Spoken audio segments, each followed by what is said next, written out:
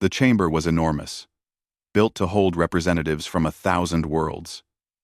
Floating platforms circled the central speaking floor, each one carrying delegates from different species.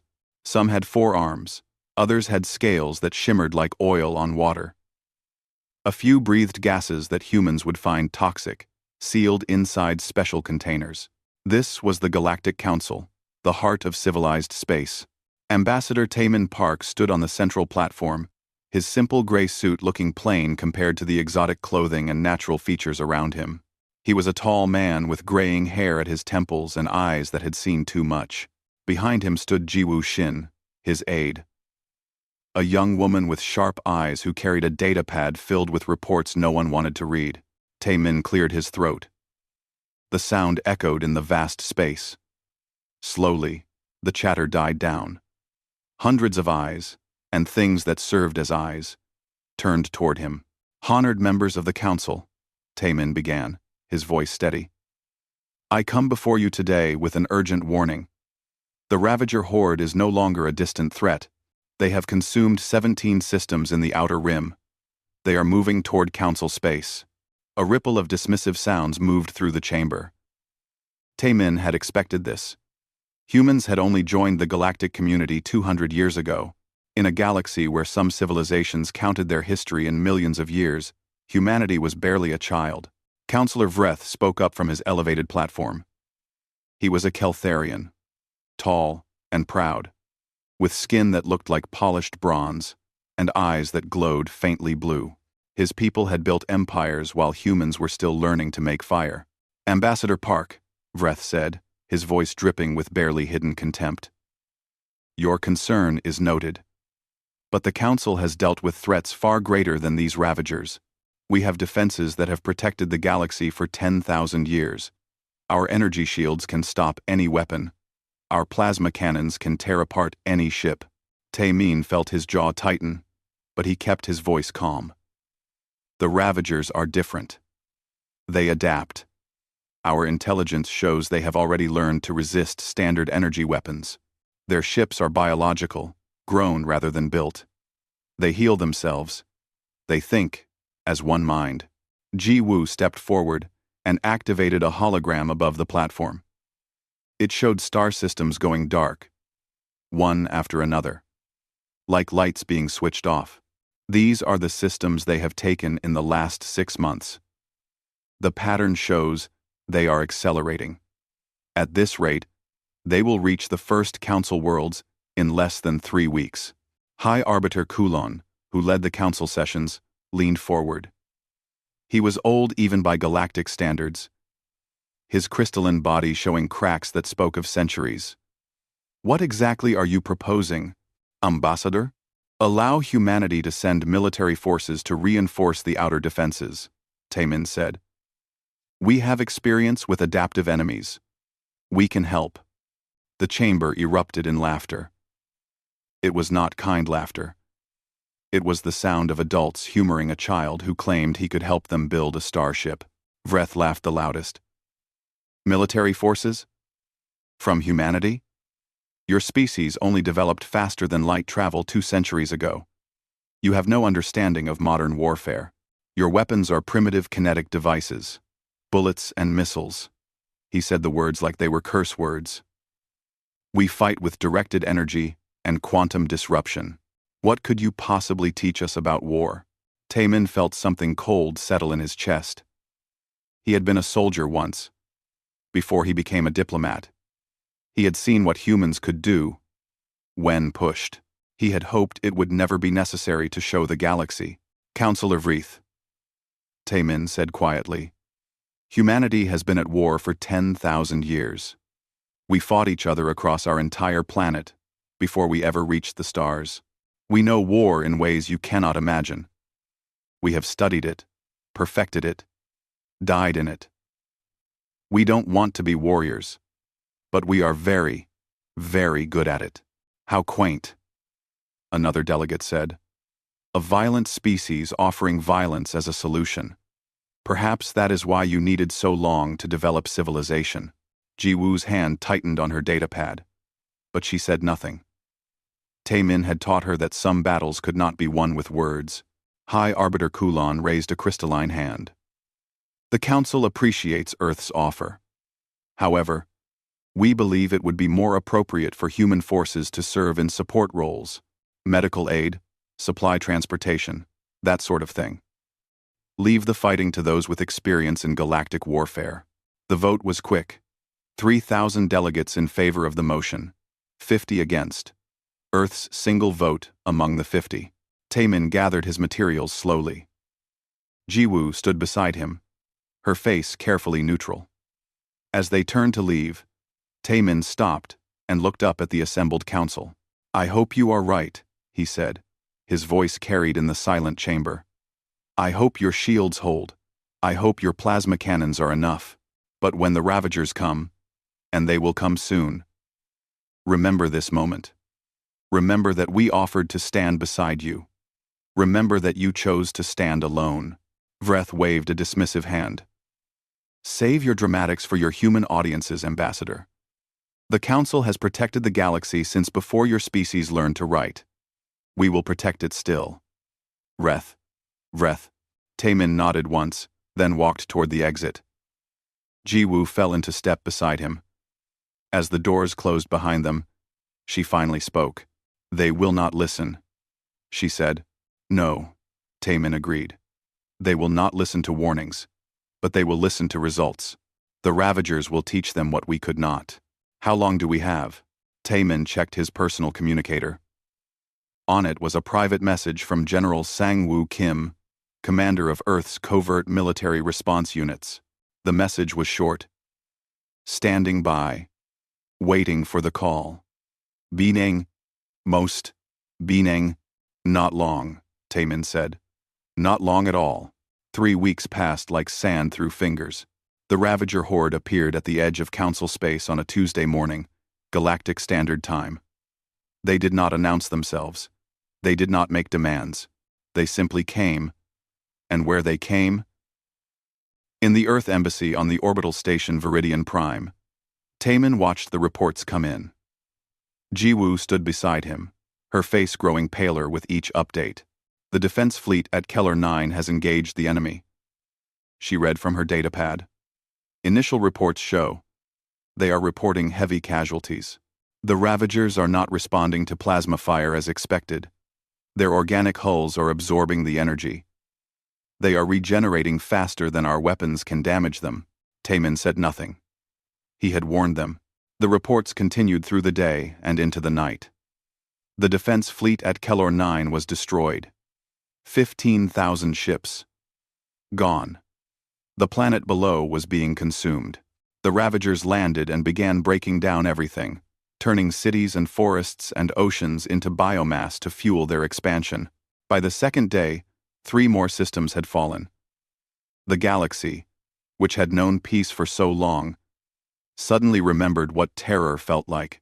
On Earth, in a military complex hidden beneath the mountains of Colorado, General Sang-woo Kim watched the same reports. He was a stocky man, with iron-gray hair, and a face that rarely smiled. Around him, his officers waited in silence. "How long until they reach the core worlds?" he asked. "At current speed, 6 days," answered his intelligence officer. "Maybe less, if they continue to accelerate." Captain Hyunwoo Lee stood near the back of the room. He was young for a special operations commander, barely 30, with quick eyes and hands that never stayed still. "We should deploy now," he said. "Before the Council asks. Before more die. Do. We deploy when authorized," Sang-woo said firmly. "Not before. We are not conquerors. We do not act without permission, even if waiting means, even then." On the 4th day, Councillor Vreth's homeworld came under attack. The proud Keltharian fleet, which had ruled their sector for 5,000 years, engaged the Ravagers above their capital planet. They had every advantage: better positions, more ships, weapons that had won 100 wars. It did not matter. The Ravager ships moved like living things because they were living things. They dodged. They adapted. They learned. When the Keltharians fired plasma cannons, the Ravagers grew armor that absorbed it. When they used quantum disruption, the Ravagers changed their molecular structure. It was like fighting evolution itself, but evolution that happened in minutes instead of millennia. Vreth himself was on the flagship, commanding the defense of his world. He watched his ships die one by one. He watched the creatures land on his planet, on streets where his children played. He felt something he had not felt in his long life: helplessness. By the 5th day, the council was in chaos. Delegates screamed at each other, blaming everyone but themselves. Some suggested surrender. Others suggested fleeing to the far edges of the galaxy. Fear had replaced their arrogance. High Arbiter Kulon called for silence with a voice that cracked like breaking ice. "We need help," he said. The words seemed to hurt him. "Send a message to Earth." The message arrived at the Earth Embassy within minutes. It was not written with pride. It was written with desperation. To the human government, the Galactic Council requests any military assistance Earth can provide. Please respond with urgency. Taemin read the message 3 times. Jiwoo watched him, waiting. "Send a reply," he said finally. "Tell them help is coming." Then he sent a second message, this one encrypted, directly to General Sang-woo Kim. It contained only 2 words: weapons free. In Colorado, alarms began to sound. Sang-woo stood and addressed his assembled forces through the base-wide communication system. "This is General Kim. We have authorization to deploy. The galaxy needs us. I know many of you wanted to help sooner. I know you watched people die while we waited, but we are not like the enemies we fight. We do not act out of anger. We act out of duty. Today, we show the galaxy what humanity can do. Today, we show them that Earth keeps its promises." Captain Hyun-woo and his special operations team were among the first to board the transport ships. With him went 5,000 of Earth's best soldiers, men and women who had trained their entire lives for war that they hoped would never come. In orbit, the human fleet assembled. 50 warships, each one bristling with weapons that the Council considered primitive. Railguns that fired solid metal at fractions of light speed. Missile pods that could launch nuclear warheads. Point defense systems that used old-fashioned bullets. No energy shields. Just thick armor plates of steel and ceramic. To the Council observers who watched them prepare, they looked outdated, like museum pieces. Commander Mi Young Choi sat in the cockpit of her fighter, running pre-flight checks. She was a small woman with pilot reflexes that bordered on supernatural. Around her, 200 more fighters waited for the launch order. "Think they will be happy to see us?" her wingman asked over the radio. "They will be happy we are not there to fight them," Mi Young replied. "The Ravagers will not be happy at all." The human fleet departed Earth orbit in formation. They jumped to faster-than-light travel, leaving behind a world that prayed for their success. Taemin stood in the embassy, watching them go on the long-range sensors. Jiwoo stood beside him. "Do you think they can win?" she asked. Taemin thought about the history of his species. 10,000 years of warfare.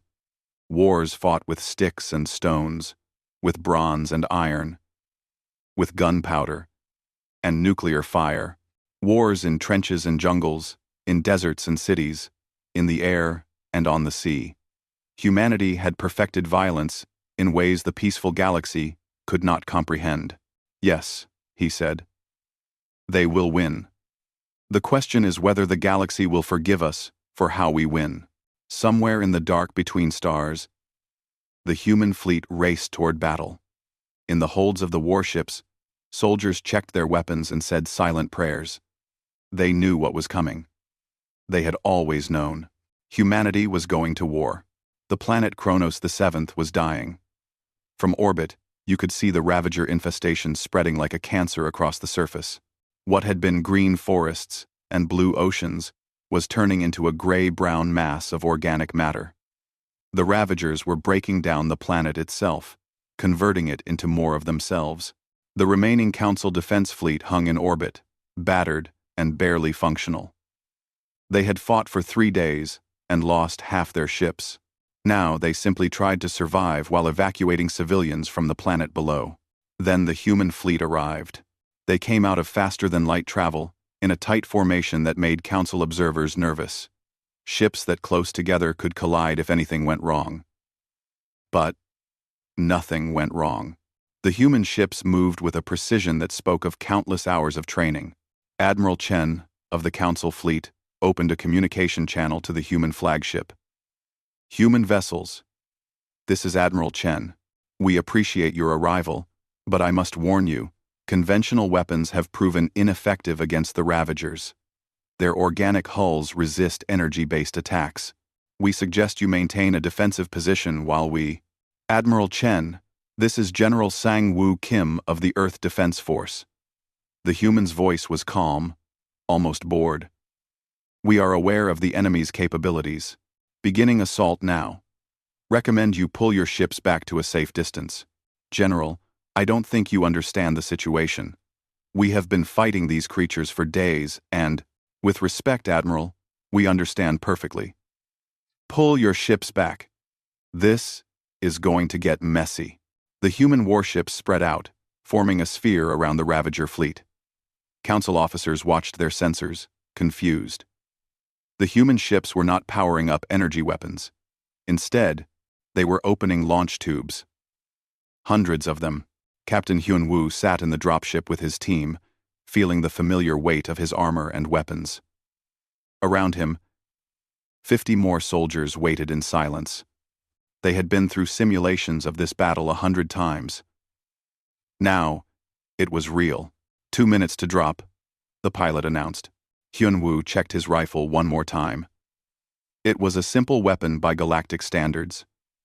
It used chemical propellant to fire metal bullets. No fancy energy beams. No quantum disruption.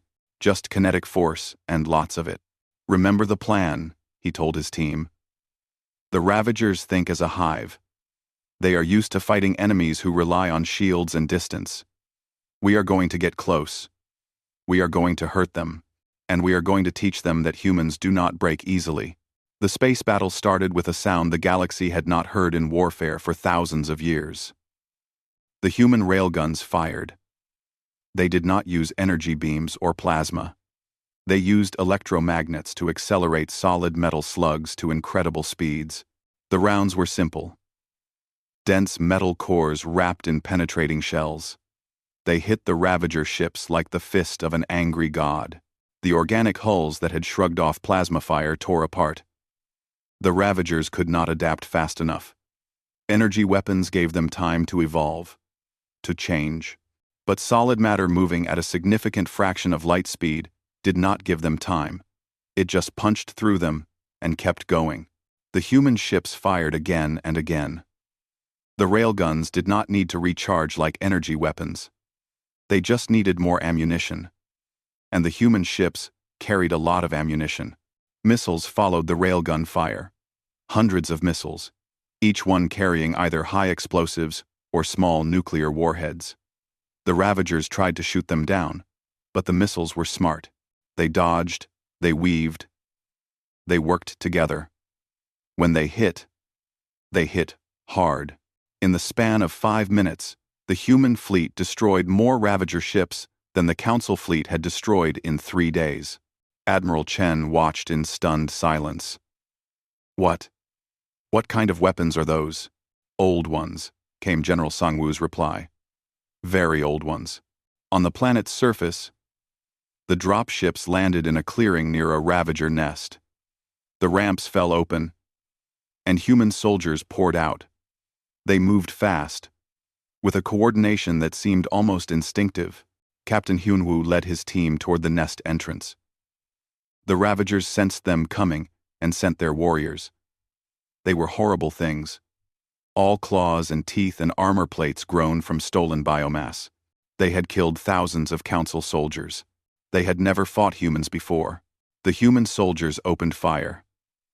The sound of gunfire was loud and continuous. The bullets tore through Ravager armor. When one weapon ran empty, the soldier switched to another without breaking stride. Rifle, pistol, knife, whatever worked. A Ravager warrior, twice the height of a human, charged at Hyun-woo. He sidestepped, let it pass, and put 3 bullets into the back of what might have been its head. It fell. Keep moving, Hyun-woo shouted.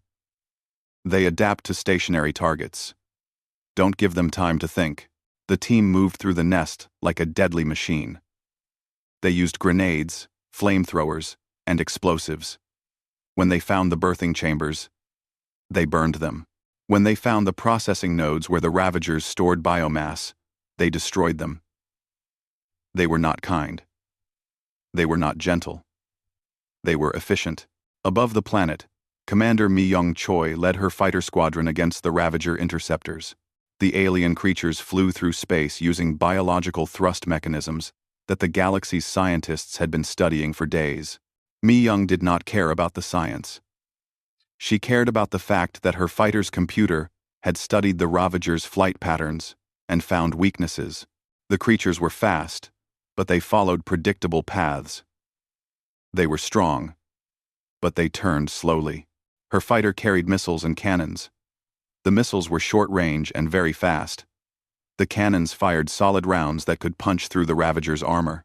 She flew in close, closer than any council pilot would dare, and fired at point-blank range. Her wingman followed her lead. Then, the rest of the squadron. They flew like they were part of the same organism, anticipating each other's moves, covering each other's backs. It was a kind of warfare that required trust and skill in equal measure.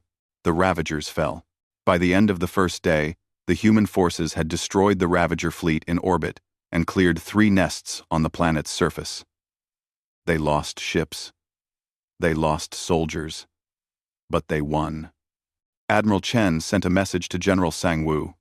How? How did you do this? Sang-woo's response was simple. We have been fighting wars since before we had words for them. The galaxy forgot what war really is. We never did. On the ground, Captain Hyun-woo stood among the ruins of the last nest. His armor was scorched and dented. His rifle was almost out of ammunition. But he was alive, and the nest was dead. One of his soldiers, a young woman named Bo-ra Han, was treating the wounded. She was a combat medic, trained to keep people alive in the worst situations. She moved from soldier to soldier with calm efficiency. How many did we lose? Hyun-woo asked her. 12 dead, 30 wounded, but all of them will live if we get them to medical ships soon. Hyun-woo nodded. 12 deaths. 12 families who would mourn. It was fewer than he had feared, but more than he had hoped. In orbit, the human fleet regrouped. They had won the first battle? They had won the first battle, but everyone knew it was just the beginning. The Ravagers were still out there, still consuming worlds. This was going to be a long war, but for the first time since the Ravagers appeared, the galaxy had hope. The humans had shown that the enemy could be beaten, not with shields and energy weapons, but with old-fashioned violence applied with skill and determination. The Council was watching. They were learning. And they were finally beginning to understand what Ambassador Tae-min had tried to tell them. Humanity was very, very good at war. 2 months into the war, everything had changed. The human forces had pushed the Ravagers back across 15 systems. What had seemed like an unstoppable tide was now retreating. Confused and damaged, the galaxy watched in amazement as these young warriors from Earth accomplished what the ancient civilizations could not. In the Joint Command Center orbiting the planet Viridian Prime, Tae-min stood beside Colonel Dong-hyun, watching holographic displays of the various battlefronts. Dong-hyun was a thin man with sharp features and sharper intelligence. He had been a military strategist before the war, teaching at Earth's War College. Now he coordinated human forces across multiple systems. The Council wants to send observers to our training exercises, Dong-hyun said, not looking up from his displays. They want to learn our tactics. Let them, Taman replied. That was always the point. We are not here to replace them. We are here to help them learn to defend themselves. Counselor Vreth entered the command center. He looked different than he had 2 months ago. His bronze skin was marked with scars from combat. His proud bearing was now mixed with something else. Humility. Ambassador Park, Vreth said, inclining his head slightly. It was a gesture of respect that he had never shown a human before. I wanted to inform you personally. My homeworld has been liberated. Human forces, supported by reformed Keltharian units, pushed the Ravagers off-world this morning. I heard, Taman said. Congratulations. Your people fought well. They fought like you taught them to fight, Vreth corrected. Before, we relied on our shields and our superior technology. When those failed, we had nothing. Your people taught us that war is not about having the best weapons. It is about having the will to use what you have effectively. Vreth had changed the most of anyone on the council. After his homeworld fell, he had requested to serve with human ground forces. General Sangwoo had agreed, and Vreth had spent the last 6 weeks fighting alongside human soldiers. He had learned what fear felt like. He had learned what courage looked like. And he had learned that he had been very, very wrong about humanity. In the field hospital on Vreth's homeworld, Bo-Rahan moved between patients with the same calm efficiency she always showed. The hospital was a temporary structure, built from prefabricated parts in less than a day. It held 200 patients, both human and alien. Bo-Ra stopped at a bed where Vreth lay. He had been wounded 3 days earlier, taking plasma fire while helping evacuate civilians. The wound had been severe, burning through his side. Bo-Ra had operated on him for 6 hours to save his life. How are you feeling, counselor? She asked, checking his vital signs. Like I was shot, Vreth said, attempting humor. Your medicine is remarkable. My own people said the wound would take months to heal. You say I can leave in a week. You can leave when I say you can leave, Bo-Ra corrected him firmly. I do not care if you are a counselor or a farmer. In this hospital, I am in charge of your recovery. Vreth actually smiled. You speak to me the way your Captain Hyun-woo speaks to his soldiers. With authority born from competence. We learn from each other, Bo-Ra said. That is how this works. You have technology we do not have. We have experience you do not have. Together, we are stronger. That evening, Vreth sat with a group of human soldiers in the temporary barracks. They were sharing rations, which the humans called MREs. The food was terrible. But somehow, that made it taste better. I must ask, Vreth said to the soldiers around him. Why are you so good at this? At war? Your species is young. You should not have this much experience. A young soldier named Jin-Ho looked up from his food. Because we fought each other for 10,000 years before we reached space. Wars over land, over resources, over ideas, over gods. We got very good at killing each other. When we finally united and went to the stars, we hoped we were done with war. But we brought all that knowledge with us, just in case. Do you regret it? Vreth asked. Being so violent? Jin-Ho thought about it. Every day. But regret does not change what we are. We can only choose what we do with what we are. Right now, we choose to protect those who cannot protect themselves. In the command center, Colonel Dong-hyun was giving a presentation to council military leaders. The room was full of generals and admirals from a dozen species, all wanting to understand how humanity fought so effectively. The key, Dong-hyun explained, gesturing at tactical displays, is combined arms warfare. You each have advantages. The Keltharians have excellent shields. The Vraxians have powerful sensors. The Torgal have ships that can operate in extreme conditions. But you all fight separately, each relying only on your own strengths.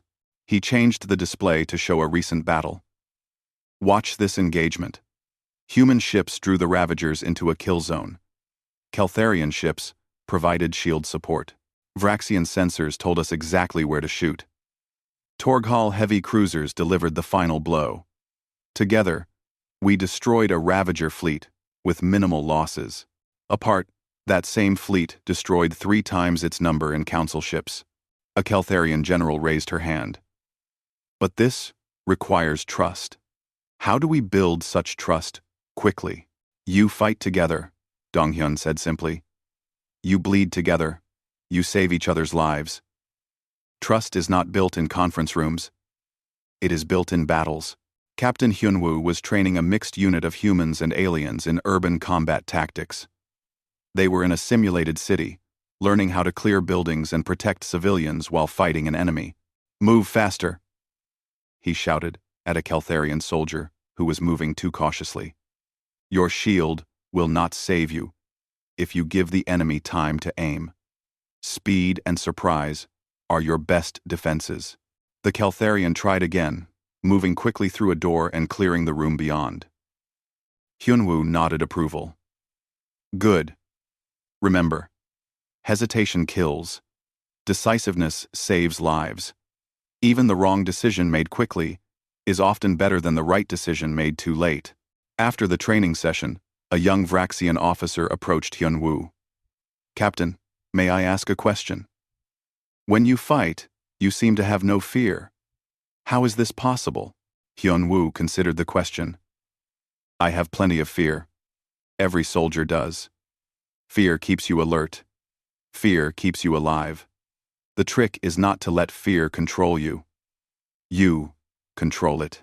You accept that you might die, and then you focus on making sure your enemy dies first. That is a harsh philosophy. War is harsh, Hyunwoo said. Anyone who tells you otherwise is either lying or has never fought. 6 weeks into the cooperation, the Council formally addressed the human forces. High Arbiter Kulon stood before an assembly that included both Council members and human military leaders. We owe humanity an apology, Kulon said, his crystalline voice carrying through the chamber. We dismissed your warnings. We mocked your offer of help. We believed our age and our technology made us superior. We were wrong. Not just wrong, but dangerously arrogant. Because of our pride, billions died who should not have died. He turned to General Sang-woo, who stood at attention. General Kim, on behalf of the Galactic Council, I apologize. We request that this military alliance become permanent. We need human forces, not just to fight this war, but to help rebuild our defenses for whatever comes next. Sang-woo stepped forward. His voice was grave. The Council's apology is accepted, but understand this. Next time, listen before worlds burn. We did not come here to conquer. We did not come here to prove ourselves.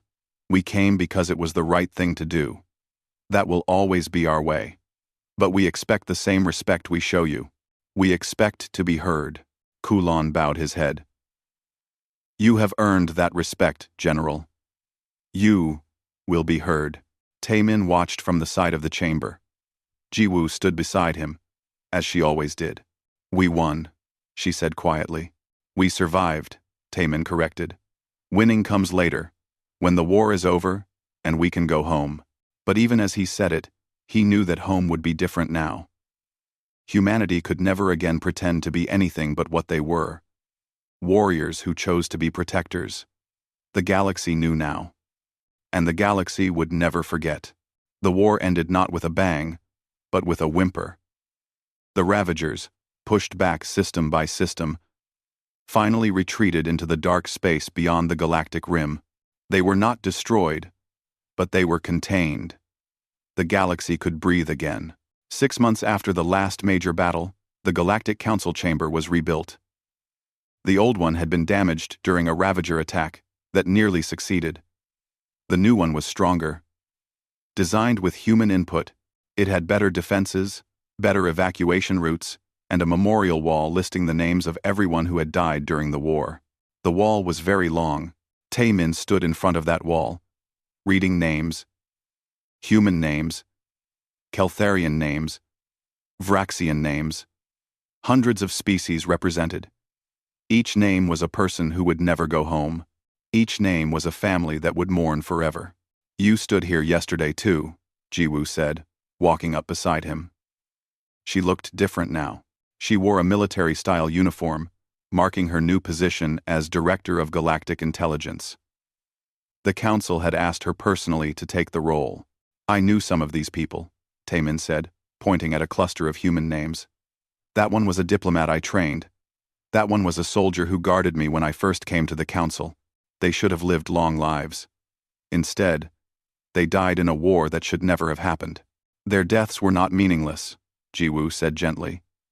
They saved billions, maybe trillions. I know. But I still wish they were alive to see what we built. The council chamber filled slowly. Today was important. Today, humanity would be formally inducted as a protector species, a status that only 5 other species held. It meant Earth would have equal voting power with the founding members. It meant humanity would help shape the future of the galaxy. Councillor Vreth entered early, walking without assistance despite his injuries. He had refused advanced healing, saying his scars should remind him of his mistakes. He saw Taemin and walked over. Ambassador Park, he said. Or should I say, Hi, Ambassador Park. I heard about your promotion. Titles are just words, Taemin replied. I prefer Taemin, if you do not mind. Then call me Vreth, not Counselor. We have fought together. We have bled together. Formality seems pointless between us. They shook hands, a human gesture that Vreth had adopted. It felt right. In a military training facility on Earth, Captain Hyunwoo watched a group of mixed recruits running an obstacle course. Humans, Keltharians, Vraxians, and others, all training together. They helped each other over walls, caught each other when they fell, celebrated together when they succeeded. It is strange to see, said Vreth's nephew, a young Keltharian officer named Talvin. 6 months ago, I thought humans were primitives. Now my best friend is a human named Jin Ho, and I would trust him with my life. That is how it should be, Hyunwoo said. We are not humans and aliens anymore. We are soldiers, together. Talvin hesitated, then asked, Captain, do you think there will be more wars? Yes, Hyunwoo said honestly.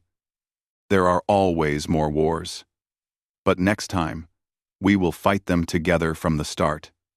That will make all the difference. In orbit around Earth, a new space station was being built. It would house the Joint Defense Academy, a school where soldiers from across the galaxy would learn to fight together. Commander Mi Young-choi had been given command of the station and the academy both. She floated in zero gravity near a viewport, watching the construction crews work. Humans and aliens working side by side, building something that had never existed before. A truly unified military force. Her second in command, a Vraxian named Kirtal, joined her. The Council is pleased with your progress, Commander. The Academy should be operational in 3 months. We need it sooner, Mi Young said. The Ravagers are gone, but they are not the only threat out there. The galaxy was complacent for too long. We need to be ready. You sound like General Sang-woo. I was taught by General Sang-woo. His lessons stick. The induction ceremony began with High Arbiter Kulon speaking. His voice was stronger than it had been 6 months ago. The war had changed him too. Made him harder, but also wiser. Today, we recognize what should have been recognized from the beginning. Humanity has proven itself not just in battle, but in character. They came when we called. They fought when we needed them. They taught us when we were willing to learn. Today, Earth joins the protector species. Today, we acknowledge that strength comes in many forms, and wisdom can be found in the young as well as the old. General Sang-woo was called forward to accept the honor on behalf of Earth. He walked slowly, his uniform decorated with medals from a dozen worlds. When he reached the podium, he looked out at the assembled council. We did not seek this honor, he said. We sought only to help. But we accept it with the understanding that it comes with responsibility. Earth will help defend the galaxy. We will train your soldiers. We will share our knowledge. But in return, we ask for something simple. Listen to us. Not because we are always right, but because different perspectives make us all stronger." He paused, then continued. "Humanity has been at war for most of its history. We know the cost of conflict. We know that every battle, even those we win, leaves scars. We want to build a galaxy where war is the last resort, not the first response. Where problems are solved through cooperation, not conquest. We want to be warriors who protect peace, not warriors who create war." The applause was genuine and long. After the ceremony, there was a reception. Delegates from across the galaxy mingled, sharing food and stories. There was less arrogance, more genuine curiosity about each other. Taman found himself surrounded by delegates asking questions about Earth, about humanity, about how they thought and fought and lived. He answered patiently, knowing that this was as important as any battle. Understanding prevented wars. Ignorance caused them. Vreth stood with a group of human soldiers, including Bo Rahan, the medic who had saved his life.